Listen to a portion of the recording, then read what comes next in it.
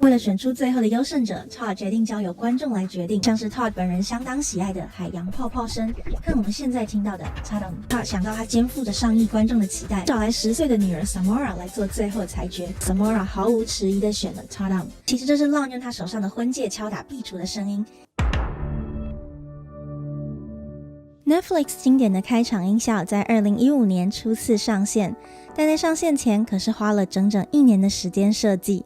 而它背后的大功臣就是 Netflix 的产品副总裁、影像制作人出身的 Todd Yellin。Netflix 上充满了丰富的影像内容，这让 Todd 深刻体会到，除了影像 logo， 他们还需要一个音乐 logo 来让观众记得那种看 Netflix 的感觉。The thinking was, shouldn't we have a sound that when you hear that, it makes you think of,Wow, I'm about to get a treat. I'm about to get an amazing story that's very relevant to me. And that's most importantly, cinematic in my home. 于是 Todd 找上了曾荣获奥斯卡的声音大师，参与《英雄本色》、《神鬼猎人》和《饥饿游戏》等大片的 Lon Bender。Todd 表示，他希望成品能简短、有趣，而且给人看电影的期待感。尽管过去已经有非常多著名的电影开场音效，像是迪士尼、20th Century Fox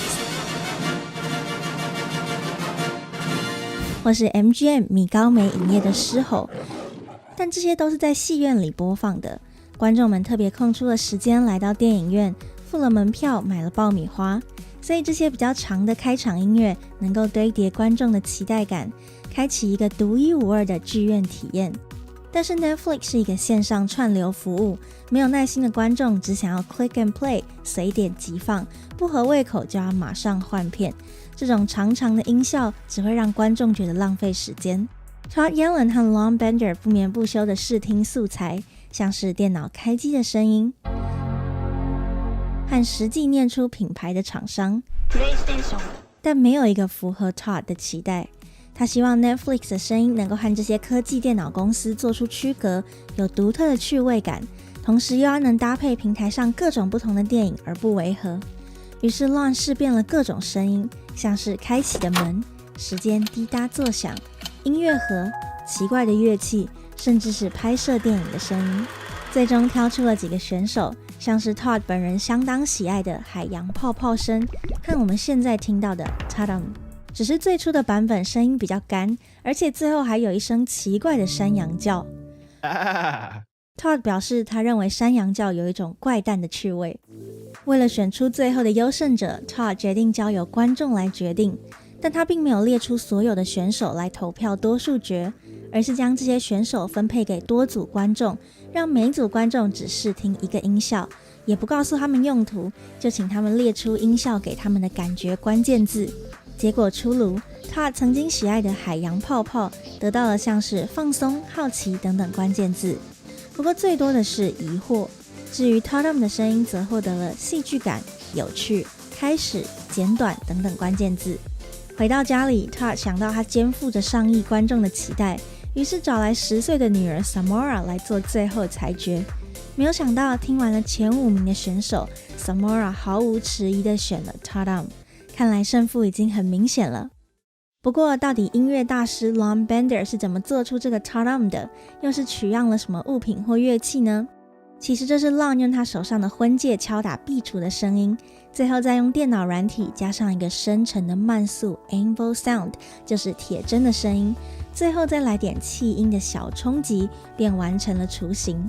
然而 Lon 总觉得还少了一点音乐性，那种让人往前倾的期待感。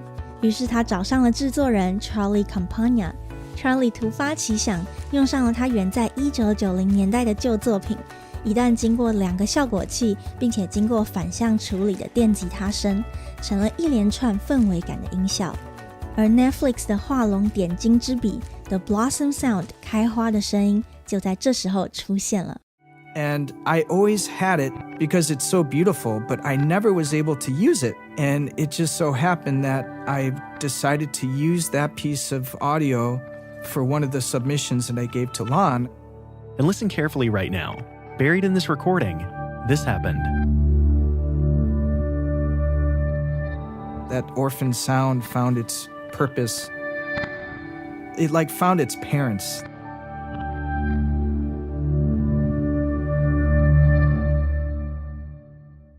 世界上最有名的音乐商标于是诞生了。Netflix 的开场音效不但铿锵有力，给人期待感，更能适用在 Netflix 上所有的影片。最重要的是，它很短。时光流逝 ，Netflix 上除了好莱坞电影，更有了无数脍炙人口的自制影集和电影。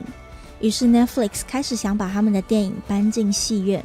然而，简短有力的 Tatum 在电影院里就显得短了。于是他们找上了电影配乐的传奇人物，操刀全面启动、加勒比海盗和星际效应等多部神作的大师 Hans Zimmer。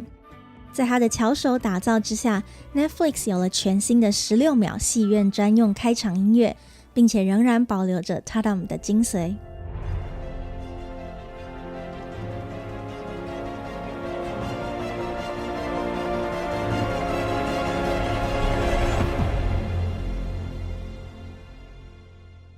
这就是 Netflix 音效的故事。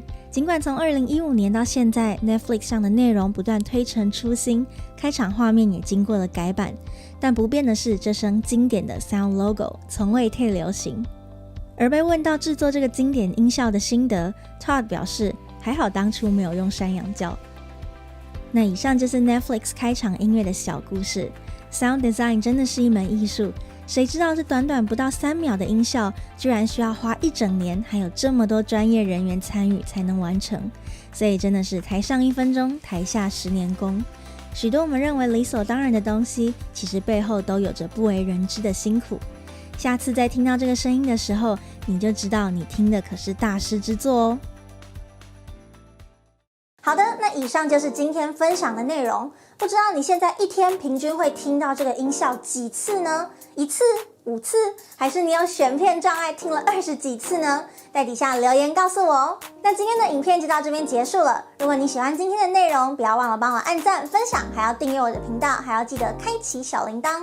那如果你喜欢电音的话，也可以去追踪我的电台，全台湾唯一的电音 Podcast 电气沙龙。电气沙龙在 Apple Podcast、Spotify、SoundOn 和网易云音乐都听得到。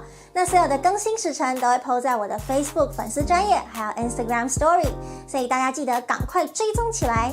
感谢你的收看，我们下礼拜再见喽，拜拜。